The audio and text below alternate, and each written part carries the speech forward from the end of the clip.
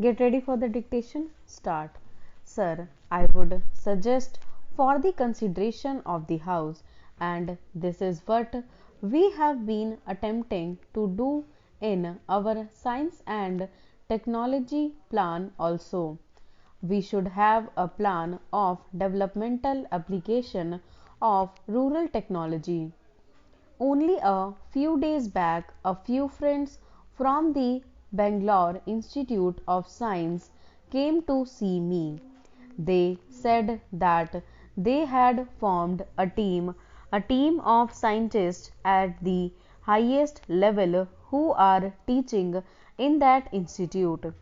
They said they decided to go to a village about 70 miles away from Bangalore and settle down there and then identify the problems there, trying to find out how science and technology could be applied for the purpose of removing backwardness there, for the purpose of improving the productivity, for the purpose of bringing about a better environment there. They have had some short term experience in functioning in that village. They told me that they were encouraged very much not only by the results which are coming out of their experiments but by the response from the scientific community.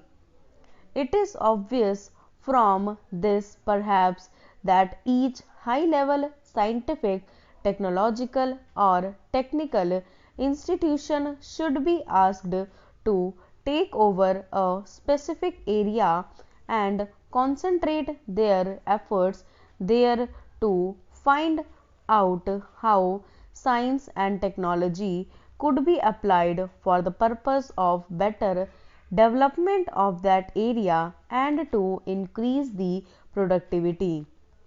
Therefore, it is only science and technology which could provide the answer to remove this backwardness, and it is on the basis of this alone that we would be able to tackle many of the problems with which we are confronted, whether it is unemployment or the removal of poverty, particularly in the rural areas. So, this is the answer for that. The honorable members talked about rural indebtedness. Rural indebtedness is also due to the feudal traditions which have been continuing bonded labor and other things.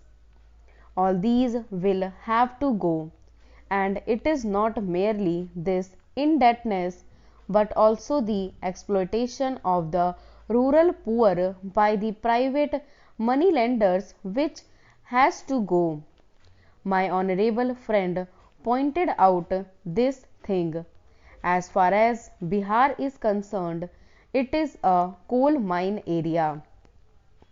I recently went through a report. That person knew something about what was happening there, how the coal miners were being exploited by a set of organized moneylenders and other antisocial elements. You talk about protecting the labor and the protecting the poor, but have you gone there? Have you tried to organize and see that these malpractices are removed?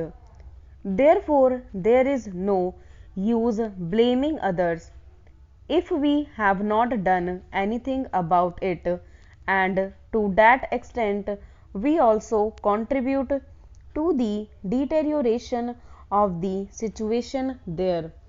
Therefore, it is a challenge to all of us. There is no use of throwing blame on somebody if the private money lender is going to lead to this sort of exploitation of rural poor and even of the industrial labor, then we have got to sit down and think about it, how to abolish it, how to eradicate this practice. When we talk in terms of removing rural indebtedness, it is not by moratorium. Of course, that is a part of it, but it cannot stop there. We have to proceed further. You should have organizations to cater to the needs of these people. There also, they want to continue in the same old tradition. How do these people get indebted? They get indebted because they want to imitate the rich in performing their marriages. They want to have the same funeral ceremonies. They want to have the same birth ceremonies, and therefore some of their indebtedness starts with this wasteful expenditure. Therefore, the social customs is a thing which stands in the way. But for this social custom, who sets the pattern?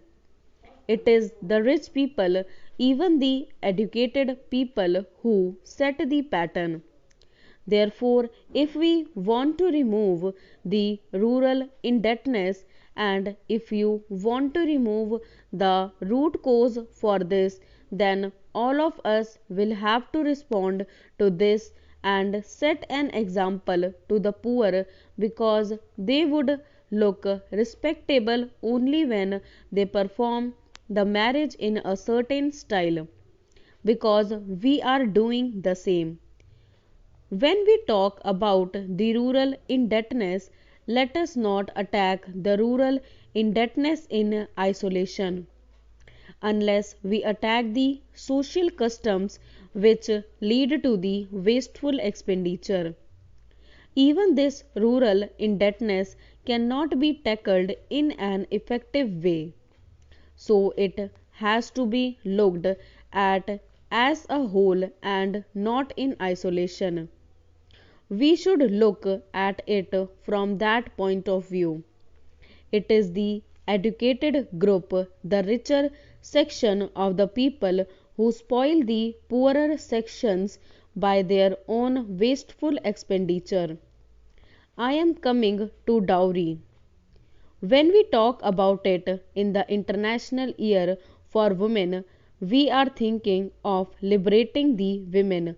Can we liberate them from the dowry system? Who are the worst sinners in this dowry system today? Stop.